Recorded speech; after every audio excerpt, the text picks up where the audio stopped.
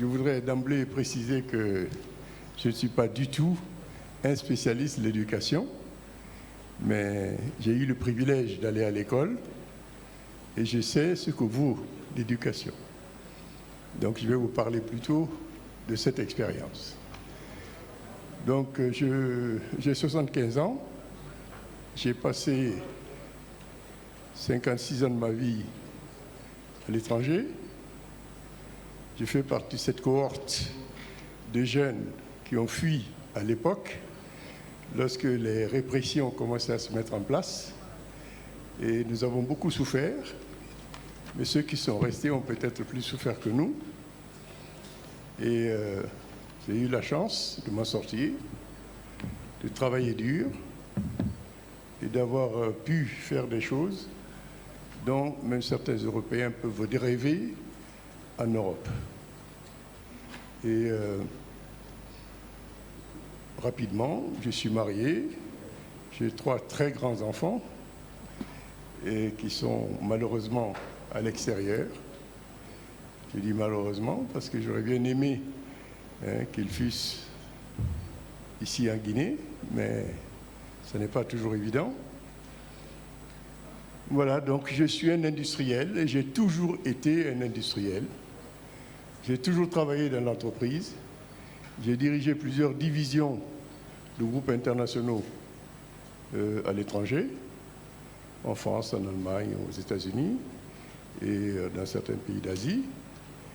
Et bon, accessoirement, je suis ingénieur, je suis expert comptable, commissaire aux comptes, licencié en droit et MBA. Donc je suis heureux de pouvoir partager avec vous, d'apprendre avec vous où doit aller l'enseignement en Guinée. Je vais commencer par vous dire quelques observations. Mon observation de notre pays est que nous n'avons pas de continuité dans notre système de gouvernance, de gouvernement. Chaque gouvernement qui vient dit que le gouvernement précédent n'a rien fait et lui va faire ce qu'il faut faire. C'est comme si nos intelligences n'étaient pas complémentaires. C'est comme si les réalités n'étaient pas complémentaires. Cela est un premier problème. Le deuxième problème, c'est que la plupart du temps, nous avons du mal à nous accorder sur l'essentiel. Les disputes existent dans toutes les structures, même dans les familles, entre le mari, sa femme, la femme et le mari, les parents, les enfants. Mais il y a l'intérêt commun qui fait qu'à un moment donné, on décide d'aller dans le même sens. Et cela ne crée pas d'opposition. Donc la deuxième observation, c'est que nous sommes opposés sur tout. Sur tout. Si ce n'est pas l'ethnie, ce sont les rancœurs accumulées avec les différents systèmes qui se sont succédés, mais nous n'arrivons pas à nous mettre d'accord sur l'essentiel. Or, l'éducation, pour moi, constitue ce que j'appelle l'essentiel. Je ne connais pas beaucoup de monde ici. Je salue Aya Sarandaraba, qui est présente ici et qui est une référence aussi dans notre pays. Aya, je suis le cousin de votre ami Sékou Touré, qui est décédé récemment, le frère de Ali Oufan Touré. Et je sais que vous étiez amis. Et ça, c'est quelque chose qui fait très mal lorsque l'on observe la Guinée. Nous n'arrivons pas à nous mettre d'accord sur ce qui doit nous unir. Ce qui doit nous unir en premier lieu, c'est l'éducation. Et moi, je suis issu d'un village, du Moria, de Farmoria, vous voyez. Et je suis aujourd'hui devant vous. Et si aujourd'hui je suis devant vous, c'est parce que j'ai bénéficié de cette éducation. Il n'y a aucune raison pour que n'importe quel Guinéen ne bénéficie de cette éducation. Et elle n'est pas difficile à acquérir. Elle n'a pas de coût, réelle, elle doit être simplement soutenue. Et les gens de ma génération sont issus d'une éducation gratuite, mais de très grande qualité. Moi, je suis arrivé en France à l'âge de 19 ans. Et je suis allé à l'université directement, en série mathématique, et je n'ai jamais eu le sentiment d'être en infériorité intellectuelle. Je sais que Hayaba, qui était aux États-Unis, c'est exactement la même chose. Il y a quelque chose qui a été cassé chez nous. Le troisième point, c'est la gouvernance. Aucun de nos systèmes n'a réellement sanctionné les mauvais comportements. C'est très bien de réunir les fonds pour l'éducation. Mais si à chaque fois, nous les mangeons au lieu de les utiliser pour l'éducation des enfants, à quoi bon pour des gens qui investissent nous donner de l'argent? Ça, c'est un problème majeur. Notre système ne sanctionne pas. Et quand il n'y a pas sanction, il n'y a pas correction d'attitude. Les êtres humains sont les mêmes. Moi, j'ai vécu toute ma vie à l'étranger. Je vous garantis que le français, l'américain, etc., ils ne sont pas différents de nous. Laissés à eux-mêmes, ils font exactement comme nous. Nous n'avons pas de sanctions. Je suis arrivé, moi, à la CBG ici. Je n'ai travaillé que 4 ans en Afrique et les 4 en Guinée. J'ai été recruté par chasseur de tête pour diriger la CBG parce qu'on voulait qu'il y ait un noir. C'est très bien. Bon, je suis arrivé là, et puis les gens venaient me saluer, croyant que c'était la porte ouverte désormais à la gabégie, puisque nous étions désormais entre noirs. Lorsqu'ils ont vu les dispositions qui étaient prises pour faire avancer cette société, eh bien tous ces amis sont devenus des ennemis. C'est-à-dire que la mauvaise gouvernance de cette entreprise privait la Guinée d'un revenu annuel supplémentaire de 75 millions de dollars. Les partenaires ne nous faisaient pas de cadeaux. Là où ils pouvaient prendre de l'argent, ils le prenaient. Mais nous étions nos propres prédateurs au sein de la société. Donc, je vous dis que ce fléau est un fléau auquel il faut faire attention. On peut réunir tous les fonds du monde, on peut réunir 100 milliards, si nous ne mettons pas en place les mécanismes de suivi, de contrôle, d'audit, de sanction, ça ne sert à rien. Ça fait 65 ans que nous sommes indépendants, eh bien, nous reculons toujours. On dit qu'il y a 50% d'analphabétisme en Guinée. Je ne sais même pas comment on mesure ces pourcentages-là, mais nous avons au moins 80% d'illettrés. Vous sortez dans la rue, là, arrêtez 3 personnes, parlez-leur français. Je dis illettrés en français, hein, que les arabophones m'excusent. Parlez à 3 personnes, il n'y en a pas une qui va vous répondre très correctement en français. Ça veut dire que nous ne sommes plus instruits. Donc nous ne sommes plus capables de lire les nouvelles du monde, de réfléchir sur les problématiques mondiales et d'être critiques par rapport à nous-mêmes et par rapport à ce qui se passe autour de nous. Et j'ai le sentiment parfois que les pouvoirs aussi nous maintiennent dans cette ignorance. Tant que on pourra faire voter les gens avec un sac de riz et 5 litres d'huile, eh bien nous n'avancerons pas. Et l'éducation, c'est aussi l'apprentissage de la démocratie. J'ai écrit plusieurs livres. Il y en a un, j'ai analysé tous les pays développés. Il n'y a pas un seul pays développé qui n'a pas un taux d'alphabétisation d'au moins 98%. Vous pouvez le vérifier partout. Donc ça signifie que l'éducation, c'est la priorité des priorités. Ce que j'ai juste demandé qu'on affiche, c'est le dernier point de mon document là. Je ne sais pas si vous l'avez, parce qu'il s'agit ici de stratégie. Quand vous développez une stratégie, c'est une attractivité. Vous essayez d'attirer les gens.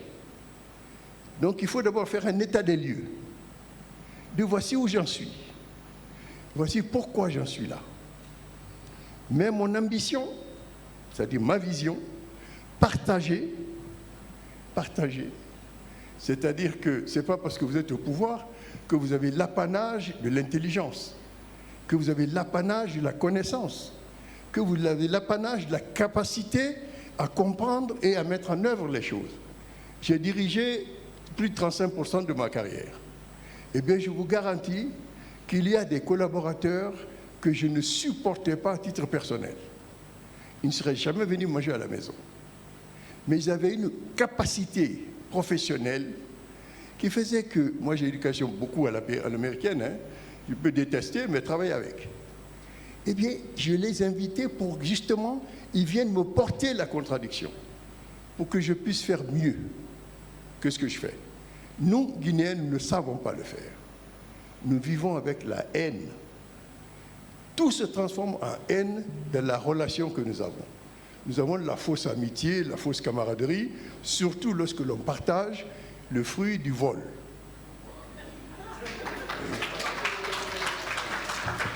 Voilà. Donc ce que je voulais vous dire, c'est que pour parler des moyens qui ont été largement développés, je trouve qu'il y a eu d'excellentes initiatives sur comment mobiliser.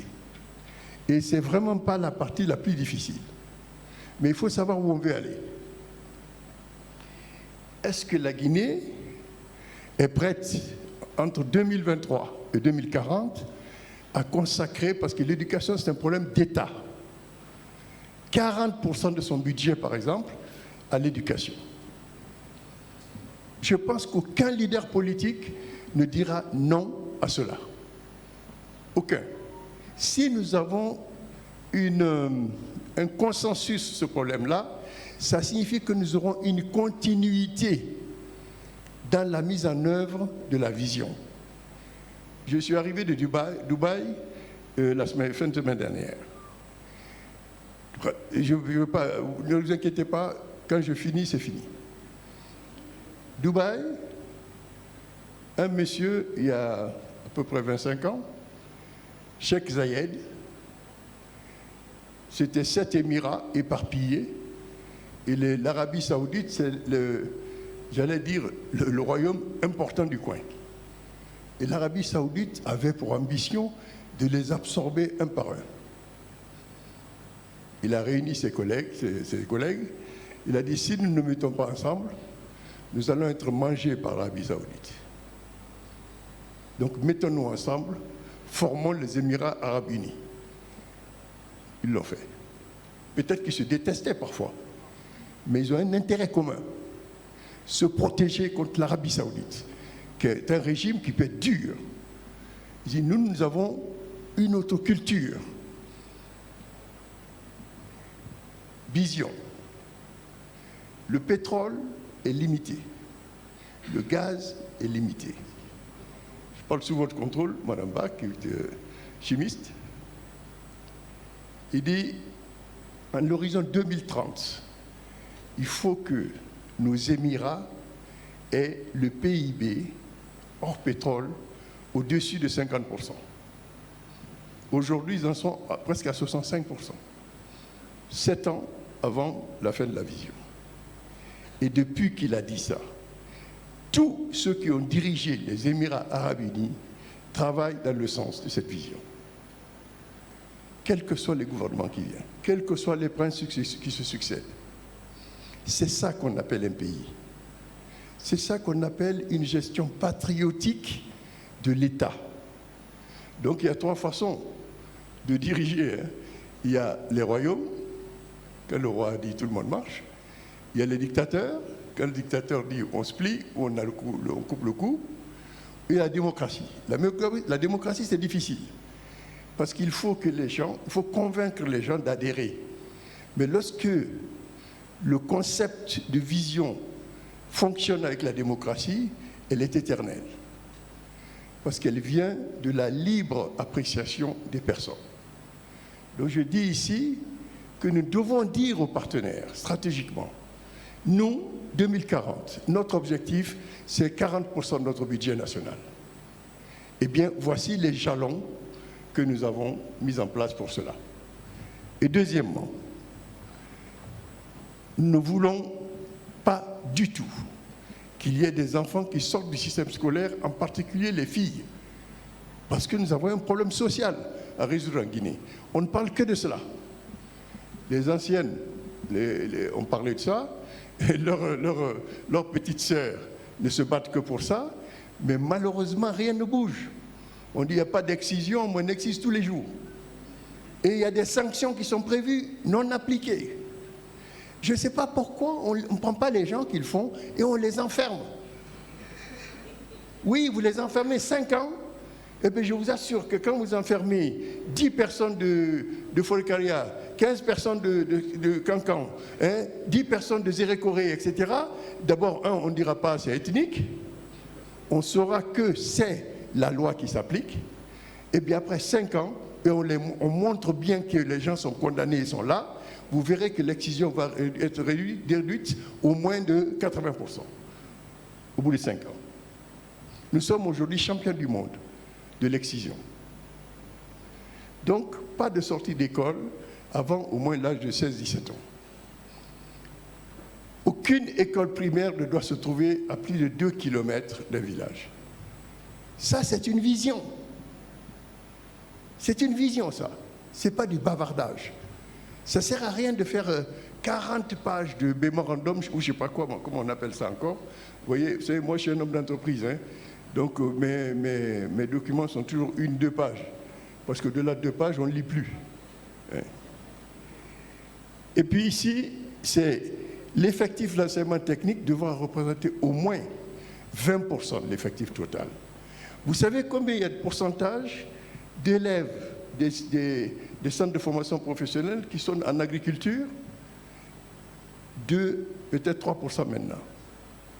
2%. Vous imaginez? Nous sommes un pays agricole, totalement agricole. Tout le monde a abandonné l'agriculture. Et puis on fait des effets de manche. Quand ce régime-là va passer, l'autre va venir, il va dire ceux qu'ils ont fait avant, c'était rien. Vous voyez, c'est-à-dire qu'on n'a pas une vision des choses. Mais quand on dit que l'enseignement technique, on veut 20%, on met des jalons, on fait partager à tout le monde, et tout gouvernement qui se met en place devient co-responsable de cette vision. Dernier point. Ah bon, ok. Ben alors, je l'ai dit, l'orientation dans le domaine agricole, au moins 20%. Voilà. On a privilégié les mines. Moi, je suis des mines ici. Et je vous assure que j'ai honte quand je regarde la structure minière de la Guinée. D'abord, des sociétés qui nous ont grugés sur notre code minier. Nous avons fait un code minier d'enfants de cœur. On a l'impression que les gens sont allés négocier les codes miniers plus pour amasser de l'argent que pour réfléchir aux intérêts de la Guinée. Dans ce code minier, il est dit que notre droit du sol doit être au plus, je parle de la bauxite, c'est le seul domaine que je connais, droit du sol au plus 15%. Depuis que je lis, je n'ai jamais vu ça dans un contrat. On dit au moins, mais nous c'est au plus. Le Guinéen est vraiment génial. Il est vraiment génial. Et ça, ce sont des gens surdiplômés. Et je vais vous donner un exemple, genre hommage à la génération des Sékou Touré, qui avait d'autres défauts, mais qui avaient dans les trentaines à l'époque, et qui étaient tous des instituteurs. Ils ont fait un contrat, une convention, la CBG, avec 49% de droits du sol. Des quasi-illettrés par rapport à nous aujourd'hui. Je donne de vous dire tous les diplômes que j'ai. Tous les diplômes de pharmacie qu'elle a. Ba qui est professeur d'université. Vous voyez, nous sommes loin devant ces gens-là. Le patriotisme économique. Ils ont imposé à des gens 1000 fois plus formés qu'eux des cabinets d'avocats de Manhattan, 49% de droit du sol. Et nous sommes en train de brader, nous bradons nos ressources pour moins de 15%. Et avec ça, on doit demander pardon. Et quand une société minière construit un petit dispensaire ou une petite école de rien du tout, il y a un ministre de la République qui se rend là-bas avec une délégation. Rien que le coût de déplacement coûte plus cher que le coût de l'investissement. C'est une honte pour nous. Ça signifie que nous ne nous faisons pas respecter. Il n'y a pas de plan de développement local. S'il en existe, moi je ne sais pas. Mais j'ai dirigé une société minière, je n'ai pas eu de réponse en face de moi dans ce que je voulais faire, plan de développement local. Plan de développement local, ça veut dire quoi? C'est un plan national décentralisé qui dit, eh bien, pour la région de Bokeh, compte tenu de telle et telle spécificité, telle et telle particularité, nous envisageons dans les, par exemple, j'ai ici l'horizon 2040.